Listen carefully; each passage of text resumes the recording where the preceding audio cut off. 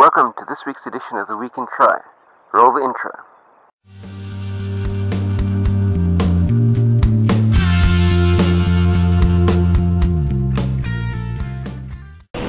The triathlon season, now that the XTERRA World Championships has come and gone, has essentially wound down just about totally for the year.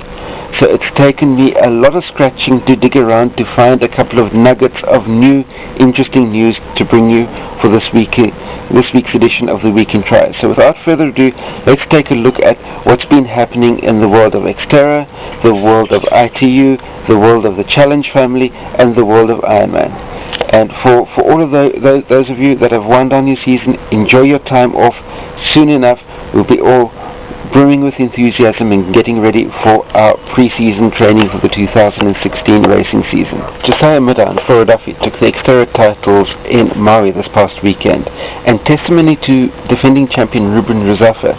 He was suffering from an infection the week before the race, and he was on antibiotics all the way up to 3 days before the main event.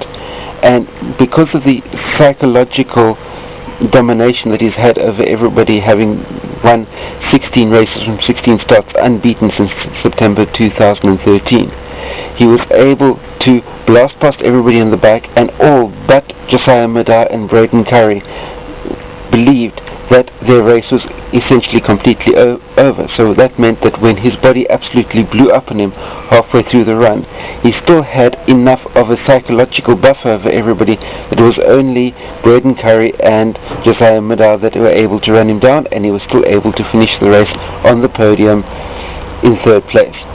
Flora Duffy dominated, fastest swim, fastest bike, fastest run, completely dominated the event. Second place they went to Leslie Patterson.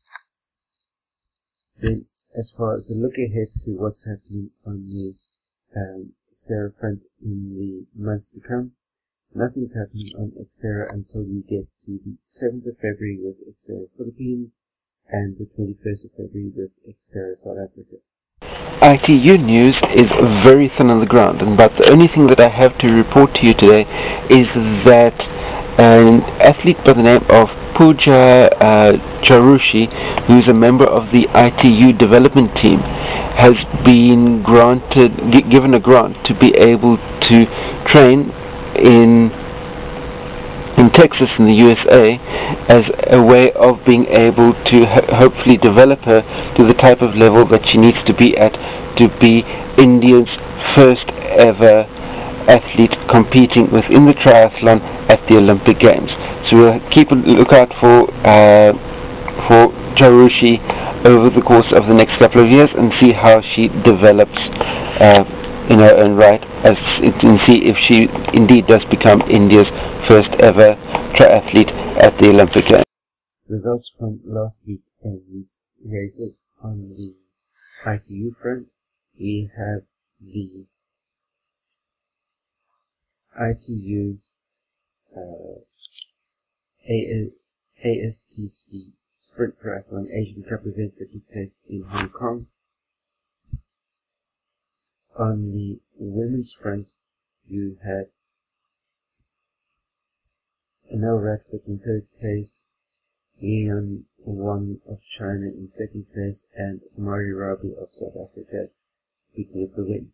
Now bearing in mind that many of the world's top elite racers were not racing in this event, so it was a valuable event for athletes like Mari Rabi to pick up as many ITU qualification points as possible, because all races running up until May next year count towards the Rio 2016 Olympic Games, and Mari sitting at 77th on the ITU point standings is needing to pick up as many points as she possibly can to be able to qualify to race at the Rio Olympic Games.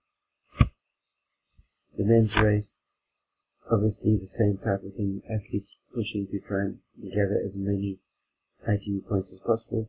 You had Jared Schumacher of the USA picking up third, Fakon Baye of China picking up second, and Ron Dalmon of Israel picking up the win there. And obviously Ron also wishing to gain as many ITU points as possible ahead of the selection criteria for the Rio Olympic Games.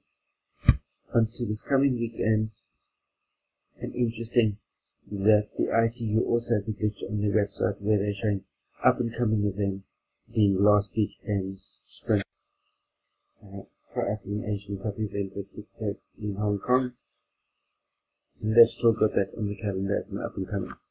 But we know that that's already taken place because we've just had a look at the results that came from that event. So looking ahead to the weekend, Saturday the 7th of November, you have an African Triathlon Union Cup event taking place in Agadir, Morocco, and that's, as I mentioned, Saturday the 7th. News from the Challenge family is that the Challenge family have added Fredericia in Denmark to their calendar for the upcoming season. That race will be taking place on the 6th of August 2016, and what makes the Challenge Frederica so absolutely unique is you start on mainland Denmark and you'll be crossing Denmark's 5th largest bridge out to the island of Funen, or as I like to call it, Funen, and then back again. That's your bike leg. The setting, from what I've looked at it so far, looks absolutely stunning, and it should be an absolutely amazing race. Mark that in your calendar for August 2016. Possibly I may even see you there. Here I'm issuing another graph in the direction of the Challenge family. Challenge, these are your list of results from 2015. Not one of these events has a date reflected on your results listing. Now, surely, seeing that you're able to have a race calendar with all the different dates reflected there, you already have the coding in your system to be able to include dates. So please put dates next to these event names. Because even if I click through onto a specific event within this schedule of results, not even the individual event results show the date that event took place. So come on, Challenge family, put dates into your event results so that the media that are wanting to report on these type of things internationally can have dates to put next to their reports. As far as a look ahead to this weekend is concerned, we have in Zihuatanejo in Mexico a half challenge on Saturday the 7th. Then you've got Challenge Florida, which is a half challenge on Sunday the 8th, and Challenge Costa in Australia on Sunday the 8th. Both the Florida and the Australia, they're both half challenge events.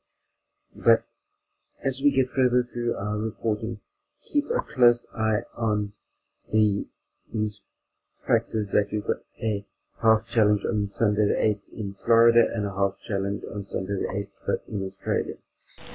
Finally, news on the Ironman front. We've gotten a little bit more detail now about the reasons why Ironman Melbourne has been cancelled and what the conflicting sporting events were. It turns out that the Formula One Grand Prix Series has rescheduled the Formula One race in Melbourne to the same weekend as what the Ironman Melbourne was originally at. And let's take it. Let's be brutally honest here, that when it comes to the amount of money that a sporting event generates for a city, the sport of Formula One racing, with all its millions of fans that it brings in, turns over way more revenue for a city than a triathlon ever will. So for the townspeople of Melbourne, an absolute no-brainer as far as which event they were going to be going with on that specific day for that specific weekend. So that's the background as far as why Ironman Melbourne in the end got cancelled. Last weekend there was a half Ironman that took place in Taiwan, the Ironman 70.3 Taiwan. The ladies' race was, we had in third place, you had Dimitri Lee Duke of Australia taking the third spot. Second went to Kate Vivilacqua and the win went to Gina Crawford of New Zealand. In the men's race, you had Frederick Cronenberg of Sweden picking up third. Then you had Kristen Kramer picking up second, and the winner, Guy Crawford of New Zealand. Looking ahead to this coming weekend on the Ironman calendar. On Saturday the 7th of November, you've got a full distance Ironman taking place in Panama City Beach, Florida, USA. Then on Sunday the 8th, you've got an Ironman 70.3 in Austin, Texas. Also on Sunday the 8th, you've got a full distance Ironman taking place in Fortaleza, Brazil. And finally, to round out the weekend, you have a Ironman 70.3 taking place in Mandurah, Western Australia. That brings us to the end of this week's edition of the Weekend Trial. Whatever you may be doing during the course of this weekend, training-wise, racing-wise, or just enjoying the great outdoors with the fitness that you've been able to carry through from your triathlon racing season, be safe on the roads out there and stay carved up for the win.